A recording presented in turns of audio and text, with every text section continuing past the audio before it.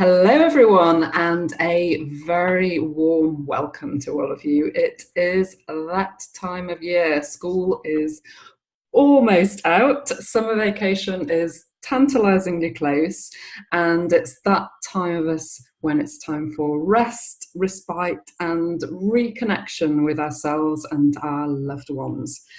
Or is it? Will you be taking a digital detox, or will you be planning to stay connected with work and maybe check emails and take the odd professional call while you're away? My name is Juliette Atkinson from the Coaching Connection, and here with me to discuss this very modern dilemma is Associate Professor of Management and Global Business at Rutgers Business School, Terri Kurtzberg. Terri, a very warm welcome to you. Thank you. Good morning. Good morning to you. Terri, you've just published your third book with Jennifer Gibbs, your co-author. It's called Distraction: Staying Connected Without Losing Focus. Now, can you tell us a little bit in a nutshell about what inspired your book and what were your key findings?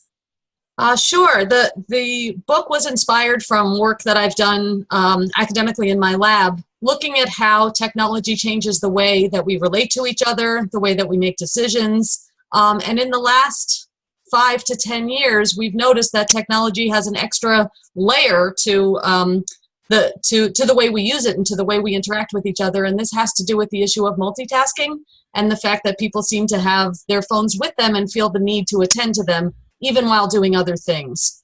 And as we began research on this topic and began talking to people about it, I was just amazed at the response and how every single person seemed to identify with the problem.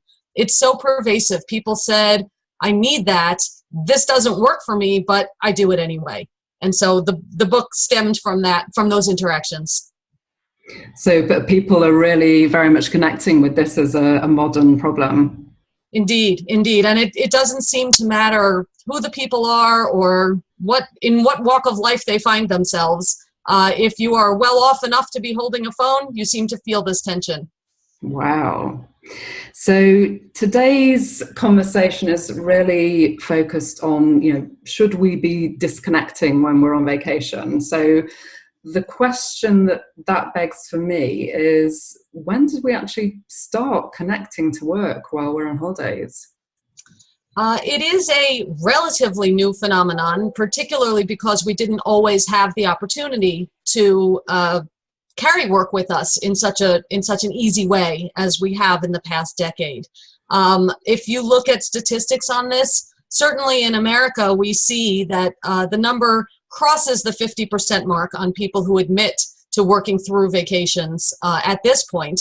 And that number, I think it's been on the rise every year. If you compare to numbers as recently as the year 2000, we did not see this kind of epidemic of vacation time really being divided between work and squeezing in the pleasure even while you're out of town as much as we do today. It sounds like quite a significant phenomenon that's really on the rise as well. What is it that drives us to do that? In no small part, it's fear-driven. People are concerned that if they step away, that things will somehow fall apart without them, or maybe that things will go too well without them and they won't be seen as quite as necessary as they were if they had their hand in every situation going forward. So the combination of those two things really seems to drive people to want to stay in the middle.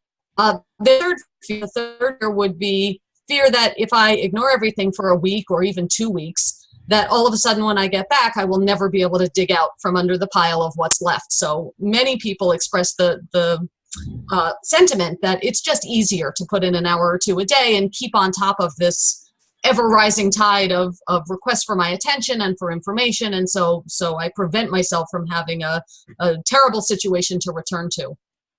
So there's almost this invisible tether with the office. Yeah, some people have called it the electronic tether, and the freedom that it brought us to be able to remove ourselves from being chained to our desk chair at the office for hours and hours and hours each week comes with this dark side that we really don't have an easy set of rules established for when we should be completely cut off. What would you say are the consequences for us of this phenomenon? We see tremendous consequences in terms of productivity and also in the bigger picture in terms of burnout. So we're not really doing ourselves any favors by keeping this steady stream of work going in our minds throughout the days of the year and even throughout the hours of the day. We do it with the illusion that we're actually more productive when in fact it's quite the opposite. So you're saying that there are actually risks to our health. What about our relationships? What are we role modeling when we stay connected with the office on vacation? We are role modeling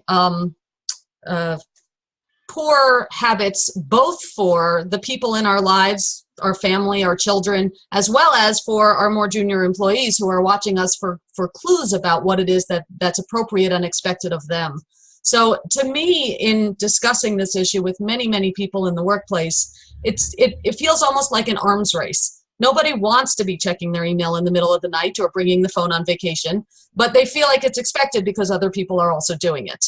And yet, if anyone, certainly from above, had the wherewithal to say, we just don't do this, I think it would be to the better and to the relief of everybody at every level. And how about our loved ones as well? And if we're with someone on holidays who's working, so checking emails, taking calls, and that's bothering us, how can we call them out on that? That is delicate. But you're absolutely right that when we are distracted, we are not fooling anyone except ourselves about the consequences of that. So we tend to think, oh, it's okay, I'm just looking at one thing.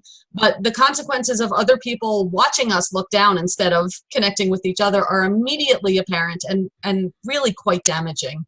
It hits pretty much everybody. I experienced this myself. My husband and I are both low users when it comes to technology on the grand scheme of things. We didn't even get smartphones until I think 2015. So we resisted as long as we could. And soon after that, we went out to lunch once on a Friday, and while I was looking at the menu, I looked up and realized he was looking at his phone. And I said, "What are you doing? We don't do this." And he said, "Oh, no, I'm not really. I was just checking on one thing. You know, it is a work day." And I said, "We're either at lunch or you need to work, and we're not going to do it both ways." But I don't think we hold ourselves accountable for the small checks. We think that they don't count. And I'm guilty of this myself. I don't want to just throw my husband under the bus. I have noticed moments when I look at the phone myself, or if I'm at a red light and I know there's a message there, I'm tempted and I want to look over at it. And I have to specifically say out loud, I don't believe in this. But it's very hard because the pull is very strong. Yeah, indeed. It's a tough one. The draw is really strong or almost addictive. It is quite addictive. There's very, very good evidence from cognitive science that the dopamine rush is quite equivalent to other behaviors and other chemicals even that cause addiction. It's been likened to the pull of heroin to see the message alert flash. Yeah. So in your book, you talk about context collapse, and another thing that we may be doing on vacation is posting updates and photos on Facebook and Instagram. What if our colleagues can see these? They may be our friends on Facebook, for example. There is indeed much softer borders between the different zones or circles of our lives than there used to be. It used to be you went to work and you associated with your colleagues there, and then you went home and you were a different person, a private person at home, and you had different friends and you related to them in a different way. You wore different clothing. And today we don't really have those boundaries anymore. Your work friends are much more likely to also be social friends. And they're also much more likely to bear witness to the things going on in your life that are independent of what happens at work. Particularly through platforms like social media, where you may well be posting pictures of your children or your vacations, and it adds extra layers of pressure to feel like you need to have this polished look because it's also your professional side being shown as well. So we've talked about maybe the negative side of checking in or at work on vacation, and maybe the blurred boundaries of our relationships with colleagues. What would you say could be the benefits of a real digital detox, as it's called? I think them are just individually for our own sake, the chance to really recharge your batteries and to sort of revive your energy levels for returning to work. That shouldn't be understated. There are other advantages that we might not be as quick to identify. One of them is it gives us a chance to look back on our digital life with a little bit more perspective and see what do we not miss, or what are the things we're actually happy to be away from. We don't get to do that without the perspective of cutting off for a little while. A third piece is that if you really do step back from work, you're giving other people the opportunity to step in and to grow and develop, and giving them a chance to take on a little bit more, where it might just not be the natural arrangement if you were there handling things yourself. That's a really fantastic point. And if we're going to do that, then what would your tips be to start preparing before we leave on vacation, so that we don't have to worry about work when we're away? We know that everything's going to be handled by somebody else. What can we do to prepare for that? Well, one piece is you've hinted at it yourself. You really want to set up some sort of triage and system for who does handle what when you're gone. If people are prepared and they understand, and the people around you know that you're not available, but other people will be able to keep things flowing when you're gone. That is one tool that I think is useful. A second one that may be helpful is to sort of go on the offensive before you're leaving. So 2 weeks or 3 weeks before your vacation, put it in your outgoing messages that I will be gone from July 1st to July 14th. Please come to me ahead of time, if possible, with questions and concerns, so that things run smoothly in my absence. That sort of thing can really help people understand and prepare, and even mentally know I can't just fire off 16 emails during that time. They're not going to be useful. That's a great tip. So really preparing everybody for you're not going to be there. So if we are doing this, real disconnection, something that you mentioned earlier was the idea of perhaps reevaluating our habits. And could you perhaps go into a bit more detail on that? How can we do that while we're away? Sure, and this speaks to the larger question of the technology cleanse or digital detox, that idea of going cold turkey for a certain number of hours or days. This is useful and we should do it, but it won't change everything the day you get back. So it's not enough to just say, okay, July 3rd is my no technology day. That's a start, but what we really need to be doing is to figure out how to build skills and how to tweak the way we interact with technology to make it sustainable day by day, and not just wait till we have a moment to be able to unplug and feel like that will set everything over again at level 0 for us. And the skills building really does require some self-observation and some introspection. So one of the things I think is useful is to do a self-audit. So watch every interaction you have over technology with other people for a week, let's say, and keep some records. Make note of every incoming message or whatever platform it is, whether it's a chat, text, or an email.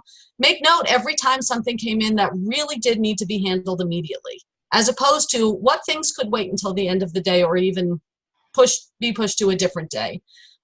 Generally speaking, when people do this, the list of immediate response required messages is far shorter than they think. So once you realize that I am spending all days putting out fires that maybe weren't burning that brightly to start with, it could allow a little bit of freedom to convince yourself to try different techniques, such as blocking out certain hours for email and not having it check all day long, or turning off notifications while you're focusing on something else.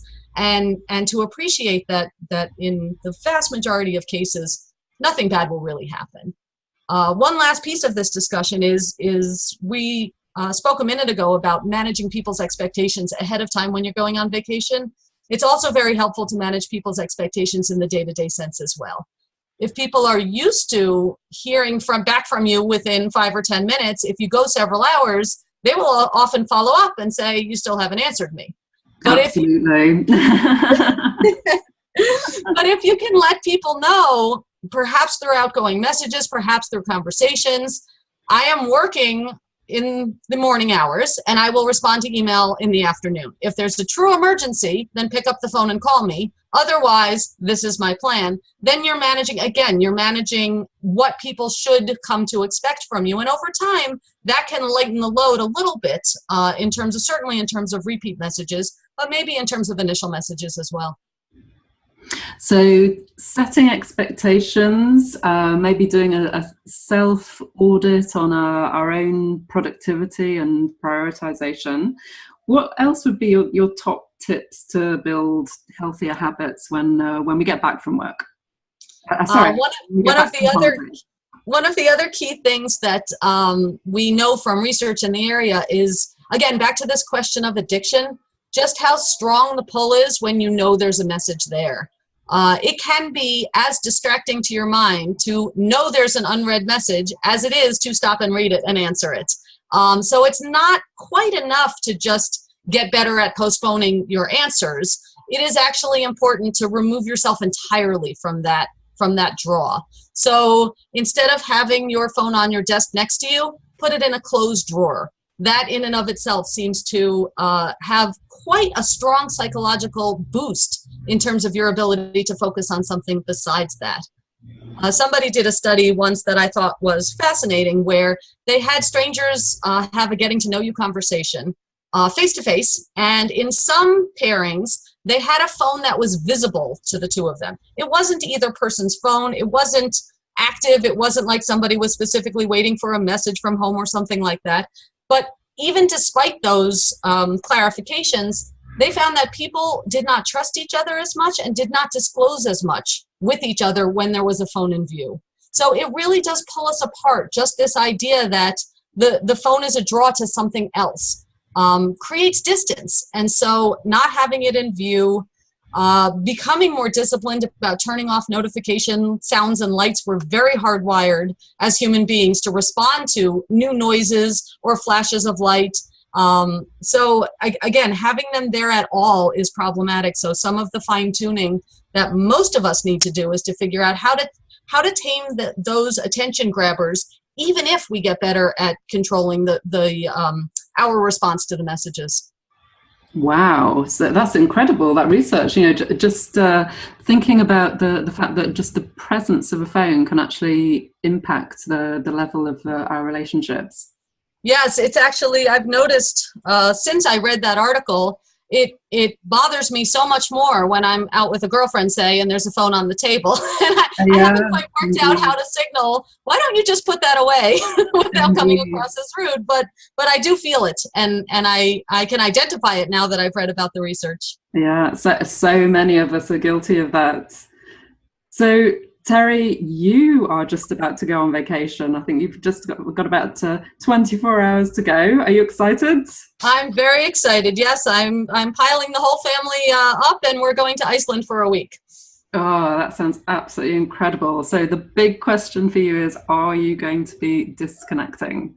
I am. I'm not bringing my phone at all. This is actually made easier by the fact that my phone plan does not have an international connection. However, my husband did inform me that anywhere there's Wi-Fi, I could still be online if I wanted to. I said, don't tell me. I like the idea that it wouldn't have worked anyway. Well, I wish you all a wonderful time. Thank you so much for your valuable expert insights. It's been absolutely fascinating. Can you remind us where we can buy your book? The book is available on Amazon. Wonderful. Thank you very much indeed, Terri Kurtzberg. Thank you to everyone for listening in, and we wish you all a fantastic summer vacation. Thank you. Bye-bye.